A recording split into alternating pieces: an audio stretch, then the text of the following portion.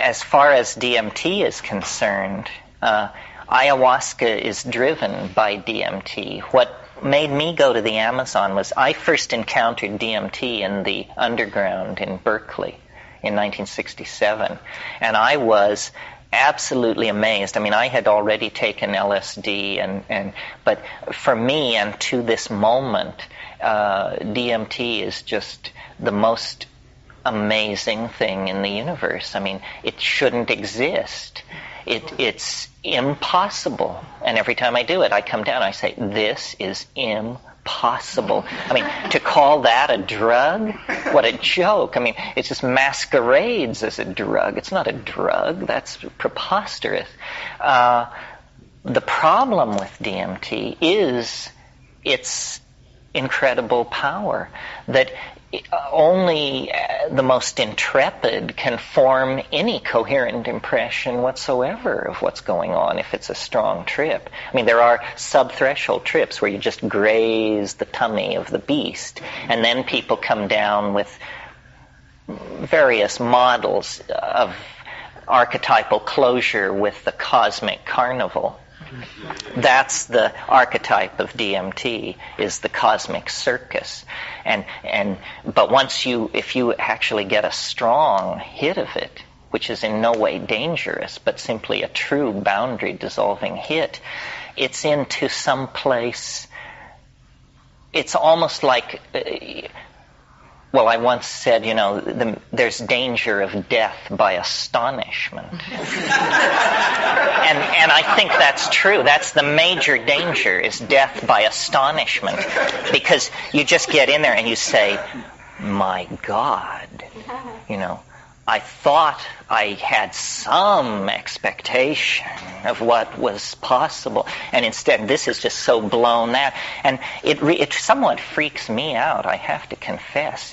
It is so alien, so huge, so complete in itself, so unrelated to our petty concerns on this planet. I mean, I went to it first as an art historian, and I was a Jungian. I mean, I had Jungian proclivities, and I thought, what does this say about the archetypes? There is no archetype for this. Not in the painting of the Bushman, not in the ecstasies of Hildegard von Bingen, not in the ravings of Mandaean ecstatics. Human spiritual experience never got this deep, never tore open this doorway. And yet what? It's a long toke away for an ordinary human being? How could something that titanic and beautiful and cosmic and alien be kept secret, when what we do is we seek in all corners, in all times and places, for the bizarre, the outre, the unthinkable? We're always turning over rocks, secret teachings, ancient cities, buried ruins, lost tribes, you name it. Well, then, here is this thing which is like the absolute quintessence of what all those things are aiming for. More stunning than the rise of Atlantis from the Atlantic seaboard is a toke of DMT. More appalling than the arrival of alien star fleets in the skies of our planet. And yet, it's here. It's here. And I don't often invoke it. I mean, for me to talk about it is to invoke it, because it's weird to talk about it, because it reminds me that we don't know what we're doing at all, that we sit in rooms discussing all this stuff, and a war rages, ignorant armies clash by night, that whole thing. But this extraordinarily powerful thing, the depth of which, the measure of which is so hard to take, lies very near. What I had hoped for from ayahuasca was, my brother and I, when we got into this DMT stuff, we said, we've got to slow down this movie. I mean, you get in there for about 70 seconds, the first 35 of which is taken up with you checking all your meters to make sure you're not dead. Because that's what you assume. You say, I did it, I'm dead, fuck it, I'm dead. And then you but chest rising and falling, thoughts continuing in linear apparently I'm not dead. Apparently I'm something else. Well, then by the time you sort it out, you're usually coming down. And people come down babbling, raving. I mean, I've seen, people who've headed mega corporations, people who are accustomed to ordering hundreds of people around, just completely come apart because it is so unexpected. So our notion was slow the movie down, get in there. And ayahuasca looks like a strategy for doing that. And we couldn't imagine, can you picture people wearing penis sheaths and painting themselves with red ochre, and they have this, and this is what they're doing? And then it makes the whole notion of history seem crazy. I mean, we're primitives because we diddle around with atom smashers and stealth bombers and stuff like that. I mean, and these people have this other thing, so of course they don't wear clothes, build up. Would you? And largely, I would say, what we've learned from 20, 25 years of dealing with this is that our strategy was right. Ayahuasca will let you in to these places, and so will psilocybin. What I've decided, based on experience, is that what I'm interested in is a very tiny subset of all the smorgasbord of possible altered states and experiences that life and nature offer up. That there are many altered states. Datura, ketamine, MDMA, endlessly, and then states brought on by ordeal and fasting and meditation.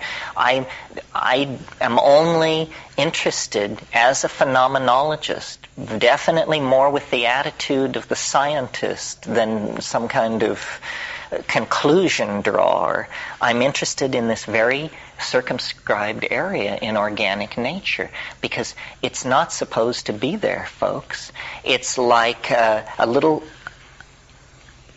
doorway into the previous universe or something. The whole, at the height of Islam in the 10th century, the poets of the Mughal dynasty said of the city of Isfahan in Iran, because of its mosques and architecture, that it was half the world. The Isfahan is half the world. DMT is half the world. The shiny, bright, active, exfoliating and bizarre part. Well, then we then are poised in this strange dimension of diminished possibility. Where are we? What is that? What is it to possess a body such that you can use it as an instrument to turn on and off these places? How does it reflect on the quest for understanding of the here and now? How does it reflect on the quest for, immortality or enlightenment or a sense of fitting in to the cosmic purpose? I don't know. I mean, one can play a reductionist game and say that the human brain mind system is an alarm clock, DMT is a hammer. Hit the alarm clock with the hammer and you learn all about gears because they spring out and become visible. But and this is how science works. This is the scientific method. Smash it. Then count the pieces. Find the bigger pieces. Find the littlest pieces. Smash them. Count the pieces. Find the little pieces. Smash them. That's how it proceeds. Well, obviously, that's not going to take us too far in this domain because it's entirely made up of structure, of connection, of relationship, of thought. And because I'm concerned about the planet and the predicament we're in and the way we spend our resources and cheat our children of a sane future and all that, I keep trying to reconnect this back into the human world. But I frankly don't know whether that can be done. Another area I work in is I try to connect it up to the perennial philosophies of humanity, Zen and Buddhism and shamanism. I don't know whether that can be done. The shamans that I have gotten really close to have not been, I would not call, they were able to cure people, but they had no pretension of spiritual accomplishment. They weren't even interested in that. They were interested in what they would call understanding. The same thing which drives a scientist. They say, I mean, Don Fidel, who I took most of my ayahuasca with, we would take it on Saturday nights with a group of about 40 people and cure, and then we would take it on Wednesday nights, just he and I or a couple of other people, and that was for learning. He always said, and he said, you can't cure unless you learn. And I felt very comfortable with these people because it from the outside it looks like ritual and taboo and power, and from the inside it's just, hey, let's all cook something up and try to figure it out. It was totally familiar to me from my days in Berkeley in the 60s. It's the head ethic. It's cook it up, try it out, try and make sense of it with your friends. And if we... You see, I think it's very disempowering to believe that somebody else has the answer and that your life consists of sorting out a bunch of options to try and find this person who has the answer. The generous point of view, the ecumenical point of view when looking at the world's religions and spiritual traditions is to say everybody has a piece of the answer. You know, the Buddhists have a piece, the Kabbalists have a piece, everybody has a piece. The mushroom on this subject is extremely ungenerous. It says nobody has a piece. It's just preposterous. You know, the reason the world doesn't make sense to you is because the world doesn't make sense to you. How could it? I mean, look where you're starting from. Where is it writ in adamantine that troops of monkeys should comprehend the architectonics of the cosmos? You know, it's just not part of the deal. So then you have to rest with some kind of provisional arrangement. But I somehow think that the forced evolution of language is how we're going to work our way back into taking care of our planet, and that psychedelics are the catalyst for this. They show us, number one, that there is a transcendent other, which I certainly didn't believe there was till I took psychedelics. I mean, I was raised Roman Catholic. I spent a lot of time deconditioning myself from the transcendent other and embracing a kind of materialist agnosticism. Well, that lasted 15 seconds into the first DMT trip, and then that had been vaporized for all time. So I think we need to honor the religious impulse, but I'm very skeptical of all hierarchical con games where the idea is somebody knows something and somebody else doesn't, and then they have to trade off their relationship. You know, the Rolling Stones have a song that says, you don't get what you want, you get what you need. I don't think you're going to spend very long involved with these things at a deep level without scaring your socks off eventually. I mean, one of the great things about these psychedelic teachers is that they are so gentle with beginners. And then the flip side of that coin is they are so unforgiving with veterans. And I don't know. I mean, I have hard trips often. And the way I explain it to myself is, you know, I pretty much accept Rupert Sheldrake's notion of the morphogenetic field and feel like the psychedelics amplify the morphogenetic field of the totality. And, you know, why shouldn't I have difficult trips? The totality is in such a weird state of turmoil. I mean, you couldn't pay me to take 5 grams of mushrooms in the present circumstances, simply because I can feel the riptides in the historical dimension just churning everything into white water. I mean, I'd stay out of the water till it dies down a little. Fear is a problem because, well, there are different reasons, but here's a reductionist reason. These compounds are CNS stimulants, and that means they're going to stimulate what's called the fight or flight reflex in the hind brain. One of the hardest things I think you have to learn to do is to discipline the hind brain. You know, to sit in a full lotus position, absolutely petrified with fear, and not do anything about it, except breathe and sing, you know. Paul Herbert, the other Herbert, the Herbert who wrote Dune, who is such a minor figure that I can't remember his first name, Frank Herbert. He has a wonderful thing in there talking about fear, and he says fear comes like a wind out of the desert, and it blows through you, and all you can do is let it blow itself out. And you really can do this. You just wait.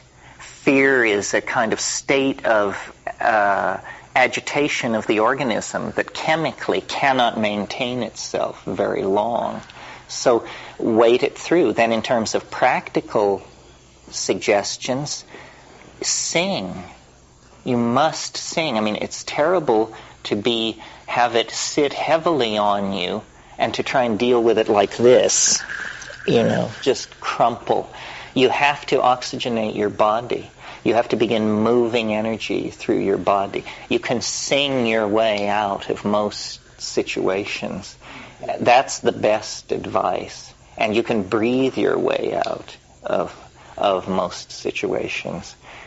And it's a set of techniques. No, you're quite right. It's a set of techniques. They're very simple, but if you don't know them, you're in deep, deep water. And breath control, and not being afraid to articulate. We have some kind of taboo against sounding. But, you know, I've started in the depths of hell singing to save my soul and managed to sing my way right through normality and right on into heaven, you know. It takes courage.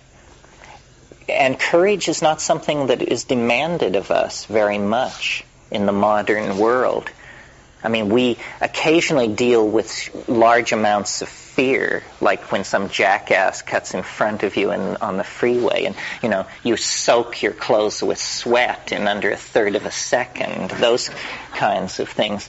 But courage, where we actually determine to do something that feels dangerous or challenging to us, and then doing it, we don't do. And especially boundary-dissolving challenges. I mean, the macho type will, you know, climb El Capitan, jump out of airplanes, and that sort of thing. But strangely enough, those macho types are sometimes the most reluctant to just sit quietly in their living room on 5 dried grams, because it's a different kind of surrender. You know, it's a surrender to something feminine and penetrating, and you don't have to. It's the opposite reflex. Surrender is the opposite reflex to conquest. Did you want to say something? No? Yeah? Could you contrast this experience with experience like the trance dance or the Bushman or Kundalini type of experiences? Well, it's very hard to get inside somebody else's experience, especially when it's culture-bound. For purposes of operational efficiency, I just have long ago decided nothing works but drugs. And it causes a lot of friction. I mean, that's the hard way of putting it. It's really nothing works but plants. But I put in a lot of time trying, breath control and pranayama and all these things and reading the literature, and I'm just not convinced that they're getting it. The literature doesn't reflect it. The mystical literature in all times and places tends toward unitary effulgence or something, the white light. In other words, everything is supposed to be, all contradictions are dissolved, everything becomes love and light, and the hierophany. This is the archetypal hierophany. This is not what they're talking about in the Amazon. They enter into a world of jeweled multiplicity. There is no effort to push it towards some kind of Neoplatonic end state. It's that what is revealed is a dimension of incredible complexity.